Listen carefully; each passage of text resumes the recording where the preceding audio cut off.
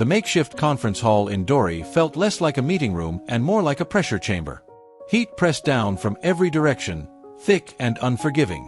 Old ceiling fans turned slowly above, pushing warm air in tired circles, doing nothing to cool the tension building inside.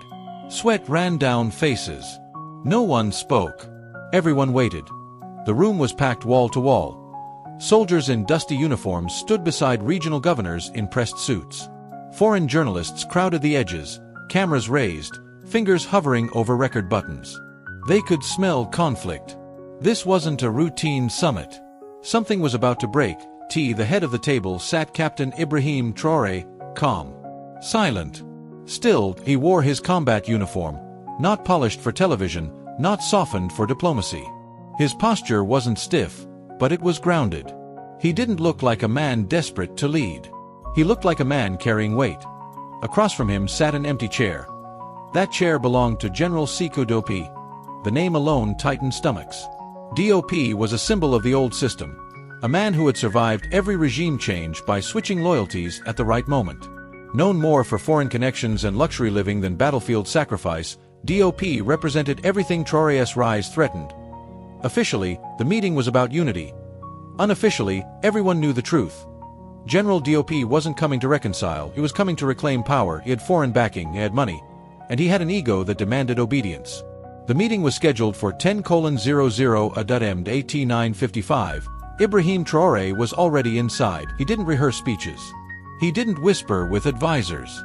Instead, he spoke quietly with the junior soldiers guarding the entrance, asking if they had eaten, checking on their families, making sure water had been distributed in the heat.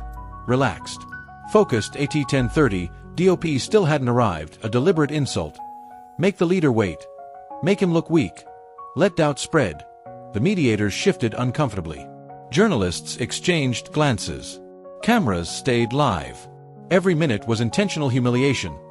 Then, at 10:45, the doors burst open. General Sékou Diop didn't walk in, he announced himself. A dozen personal bodyguards surrounded him, men who looked more like hired muscle than soldiers. His uniform was spotless. Gold epaulets gleamed under the lights. He laughed loudly with his aides, soaking in attention like a man convinced the room belonged to him. He didn't acknowledge Traoré. Not once. Reaching the table, Diop removed his designer aviator sunglasses and tossed them down with a sharp clack. No salute. No apology. Just a slow, confident smirk. So, Diop said loudly, making sure every camera caught it, we're all waiting on a captain. Few forced chuckles followed. I thought this was a serious meeting, he continued, not a children's game. The room went silent. Journalists leaned forward. This was the opening attack. Diop leaned across the table, planting his knuckles into the wood, staring directly at Traoré. Look at you, he sneered. Sitting in a chair that's too big for you. You think holding a gun makes you fit to run a country? He paused.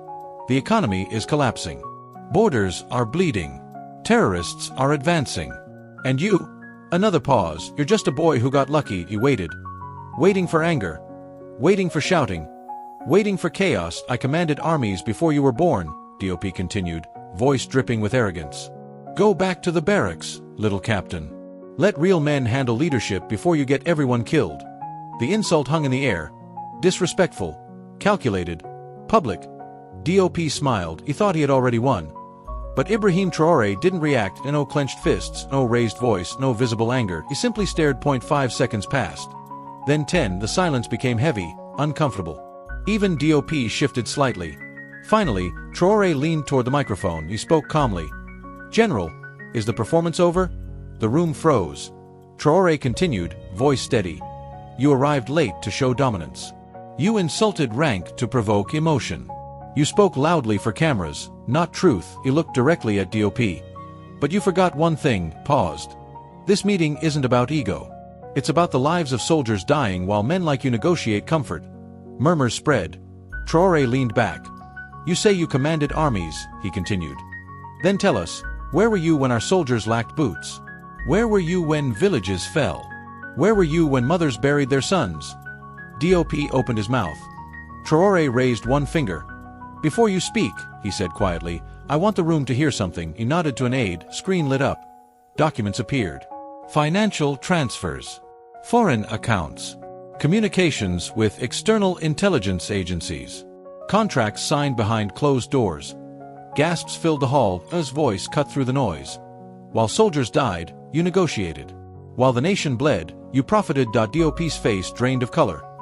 This, Traoré said, is why Burkina Faso no longer belongs to men like you. He stood. You mistake calm for weakness. But calm is what comes when fear is gone. He turned to the guards. Escort the general out, no shouting, no struggle. Just silence. I was led away. Cameras rolled, journalists stunned. Traoré returned to his seat. This country, he said, addressing the room, will no longer be ruled by arrogance, foreign control, or betrayal.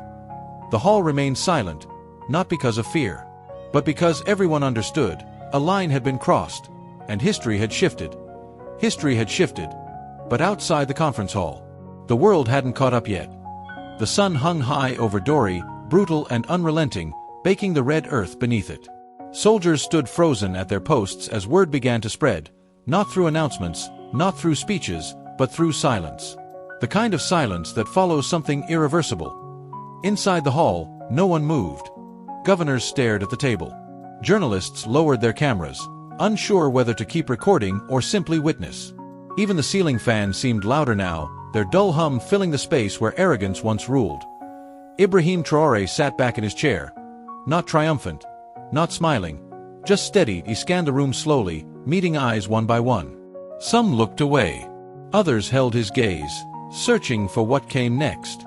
Because removing a man like Diop wasn't just an arrest, it was a declaration of war against an entire system. Traoré finally spoke again. This meeting continues, he said evenly. But now we speak honestly. The words landed heavier than any shout. He gestured toward the empty chair Diop had occupied only moments before.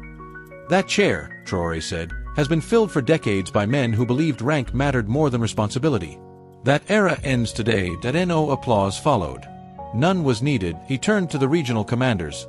You will speak, he said. Not to protect yourselves. Not to protect your careers. But to protect the soldiers under you. One by one, they did. Stories poured out, of supply convoys delayed because funds vanished, of units sent into combat without ammunition, of soldiers wearing boots split open at the soles. Names were mentioned. Dates. Locations. The truth, long buried under fear, began clawing its way into the open. Journalists resumed recording. This time, not for drama, but for history. Outside the hall, whispers became murmurs. Murmurs became rumors. Rumors became certainty.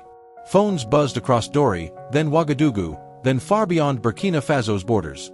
Something had changed. By nightfall, footage of General Diop being escorted out circulated across social media. No sound. No resistance. Just a powerful man reduced to silence. Foreign embassies watched closely, some with concern, some with anger, some with fear. Because Traoré hadn't just embarrassed an individual, he had exposed a network. And networks don't collapse quietly. That night, Ibrahim Traoré didn't give a victory speech. He didn't celebrate. Instead, he returned to a small office, sparsely furnished. A single desk. A map of Burkina Faso pinned to the wall, corners worn from use. He removed his beret and placed it down carefully, then sat alone, reading reports late into the night. Casualty lists, supply shortages, intelligence briefings. Leadership, he believed, didn't end when cameras stopped rolling. Tea began there. By morning, the backlash started. Foreign analysts questioned his methods. Headlines overseas spoke of instability, youthful recklessness, and dangerous nationalism. Aid organizations issued carefully worded statements. Former officials appeared on international news channels, warning that Traoré was isolating the country. Inside Burkina Faso, the reaction was different. Soldiers listened. For the first time in years, they felt seen. And barracks across the country, radios crackled with discussions. Young recruits replayed the footage of Traoré standing calm while power collapsed in front of him. Veterans nodded quietly, saying little, but feeling something unfamiliar. Hoped a week later, Traoré addressed the nation. No grand stage, no lavish setup. Just a microphone, a flag, and a man in uniform. I am not here to promise miracles, he said. I am here to promise honesty. He spoke of corruption without euphemisms. Of foreign interference without fear. Of sacrifice, not as something demanded from soldiers, but from leaders. If you lead, he said, you will sacrifice first. He announced audits, arrests, reassignments, military logistics reforms, transparent supply chains, independent oversight, Some applauded, some panicked. Those who had profited from chaos understood what this meant. The rules had changed. Behind closed doors, pressure mounted. Calls came from abroad, some polite, some threatening. Offers were made. Warnings delivered. Traoré listened to all of them calmly, then returned to the same principle he had shown in Dori. Fear does not negotiate. Weeks passed. Operations improved. Supplies reached units faster. Corruption networks, once invisible, began unraveling. Not overnight, but steadily. Methodically, Traoré refused to rule by spectacle, he ruled by consistency. One evening, a young officer asked him quietly, "Sir, aren't you afraid?" Traoré paused before answering. "Every day," he said. "But fear doesn't decide for me." That answer spread through the ranks faster than any speech. Months later, analysts would look back at the Dori conference and argue about geopolitics, strategy, and power balances. They would debate whether Traoré's actions were risky or necessary. But among the soldiers who stood in that hall, among those who watched a general fall not by force, but by truth, there was no debate. They had seen something rare, a leader who didn't shout, a leader who didn't beg, a leader who didn't bow. Just a man who sat still and let the truth do the damage. And in that stillness, a nation began to stand.